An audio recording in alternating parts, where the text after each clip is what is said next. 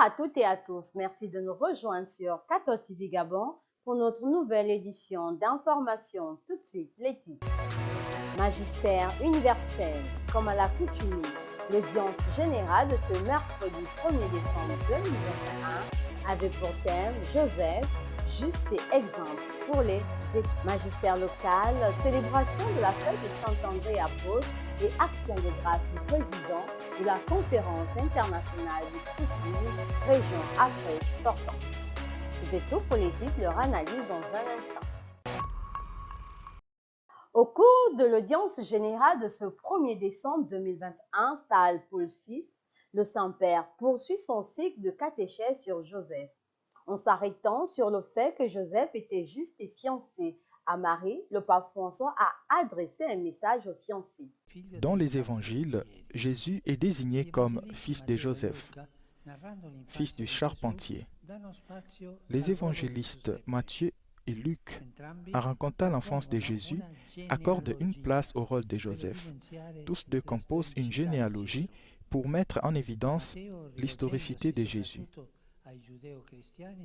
Matthieu, s'adressant surtout aux judéo-chrétiens, part d'Abraham pour arriver à Joseph, défini comme l'époux de Marie de qui est né Jésus, appelé le Christ. Luc, lui, remonte jusqu'à Adam, en commençant directement par Jésus, qui était le fils de Joseph, mais précise, à ce que l'on pensait. Par conséquent, les deux évangélistes présentent Joseph non pas comme le père biologique, mais comme le père à plein titre de Jésus. Par lui, Jésus accomplit l'histoire de l'alliance et du salut entre Dieu et l'homme. Pour Matthieu, cette histoire commence avec Abraham. Pour Luc, avec l'origine même de l'humanité, avec Adam.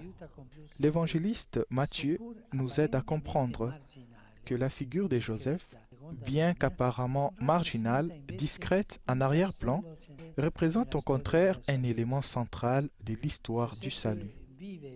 Joseph vit son protagonisme sans jamais vouloir s'imposer sur la scène.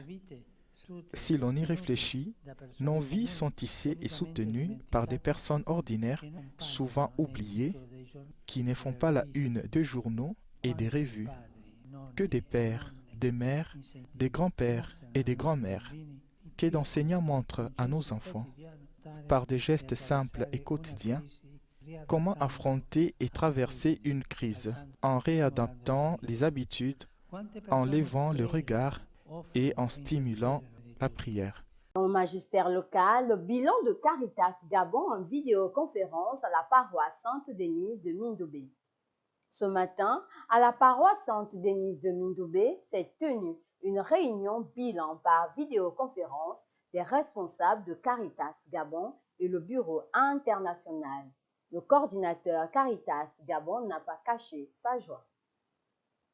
Ce jour, comme je l'ai dit, est un jour déterminant, et historique et important dans la marche de Caritas Gabon.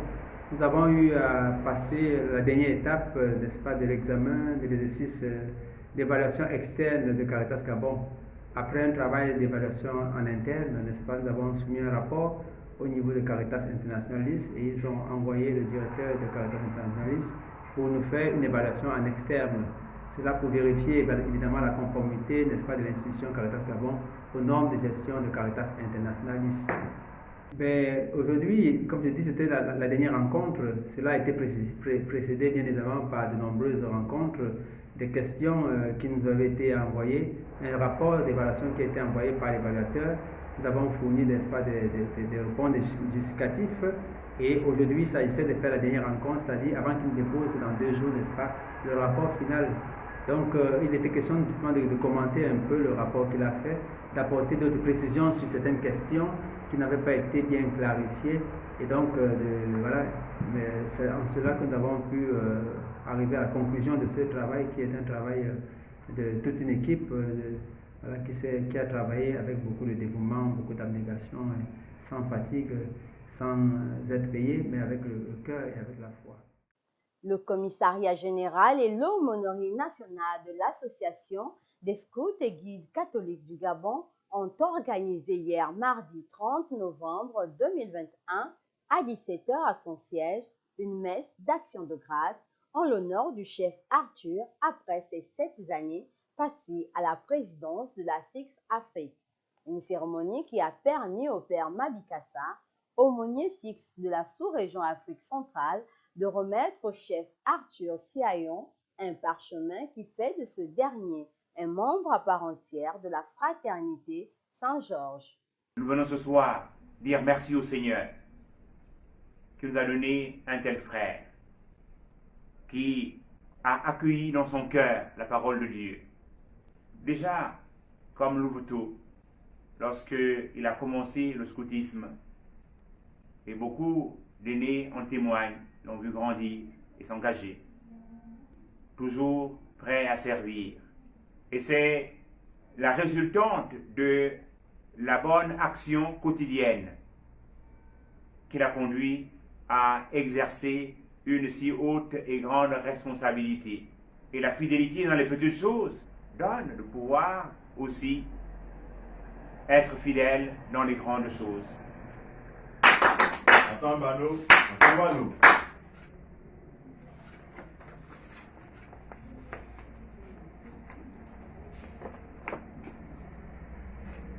Ici, nous avons la médaille de la fraternité Saint-Georges qui reprend un peu.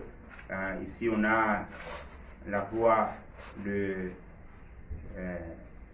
Jérusalem et ici, on a la fleur de lys. Et derrière, on a Saint-Georges, un peu comme Saint-Michel, sur son cheval, avec sa lance qui est là, continue à lutter pour que les jeunes puissent recevoir de nous toujours des valeurs.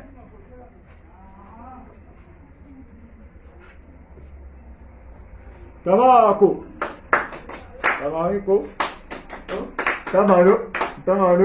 Tamano. Merci pour vraiment l'opportunité que l'association me donne ce soir, vraiment de rendre grâce à Dieu, rendre gloire à notre Seigneur. Sans lui, rien n'est impossible.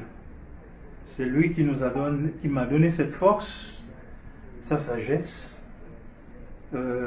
Il m'a soutenu dans mon action et je ne peux que me réjouir parce que nous avons vraiment travaillé tous ensemble. Sans l'association, je pense que moi aussi, je ne pouvais pas accomplir convenablement et aller jusqu'au bout de ma mission. Je me réjouis de ce que dans cette salle, il y a le chef Ange qui est là, ancien président de notre association. Quand je commençais, c'était avec lui. Je me rappelle encore, lors de ma première élection, en 2014, c'est la nuit que je l'appelais pour lui dire, mais le Gabon est membre ici. Nous ne sommes pas à jour des cotisations. Qu'est-ce que nous faisons? Et il me donnait des orientations. Je dis merci, chef Ange. Je dis aussi aujourd'hui merci, chef commissaire général, parce que l'association, c'est l'ensemble. L'association, ce n'est pas un seul doigt. L'association, c'est tous unis pour l'action. Tous unis pour l'action, tous unis pour le même programme, tous unis vraiment pour atteindre le même objectif. Et je pense que c'est cela. Désormais, je pense qu'il faut qu'on réagisse comme ça, qu'on réfléchisse comme ça. Tout seul, on n'y peut rien. Voilà pourquoi je vais interpeller vraiment les autres membres de l'équipe nationale à être vraiment autour du commissaire général, parce que un commissaire général sans membres autour de lui, vraiment c'est un bateau sans gouvernail. Réunion de mise en place d'une pastorale des jeunes à la paroisse Roi Mage d'Akébé. C'est demain, jeudi 2 décembre 2021, que son Excellence Monseigneur Jean-Patrick Ibaba, archevêque métropolitain de Libreville, et les prêtres de la commission liturgie, inculturation et pèlerinage vont rencontrer à la paroisse des Rois Mages d'Akébé à 16h toutes les coordinations archidiocésaines des enfants de chœur, des lecteurs, accueil et encadrement, les chorales et les services des sous-commissions inculturation et pèlerinage. On rappelle que la présence de tous est vivement souhaitée. Une retraite à ciel ouvert à la communauté des béatitudes. Du lundi 22 novembre 2021 au samedi 28 novembre dernier s'est tenue à la communauté des béatitudes une retraite à ciel ouvert avec un respect strict pour les participants des mesures barrières. Cette rencontre ouverte portait sur la figure de la Vierge Marie. Ce beau temps de prière, de méditation, d'enseignement a vu la présence de plusieurs participants. Une messe d'action de grâce présidée par le Père Siméon de l'Enfant Jésus a clos cette riche activité hautement spirituelle qui avait lieu de manière continue de 15h à 18h. Dans la rubrique Société, célébration de la Journée mondiale du sida. Comme chaque année, la communauté internationale célèbre en la date du 1er décembre la Journée mondiale de lutte contre le VIH-Sida, afin de sensibiliser l'humanité sur l'importance d'apporter un soutien aux personnes vivant avec le VIH-Sida. Pour cette année 2021, le thème de la journée est « Mettre fin aux inégalités, mettre fin au sida, mettre fin aux pandémies ». À Libreville, au Gabon, des dépistages et enseignements ont meublé cette journée. Vous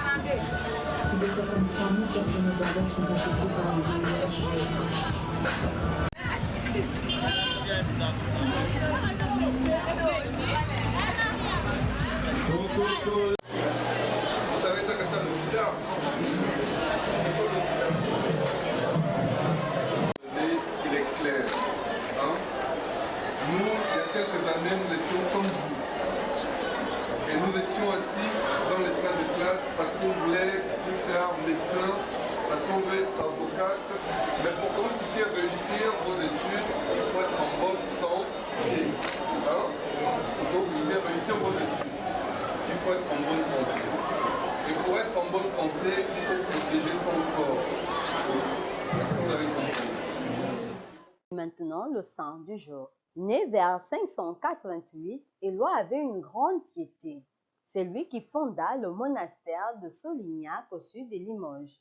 De son vivant, le monastère comptait plus de 150 moines qui respectaient les deux règles de Saint Benoît et de Saint Colomban.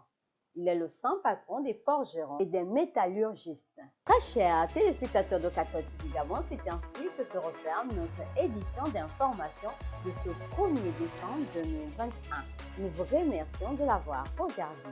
En route pour les 200 ans de notre Église, gardons la foi, l'espérance et la charité.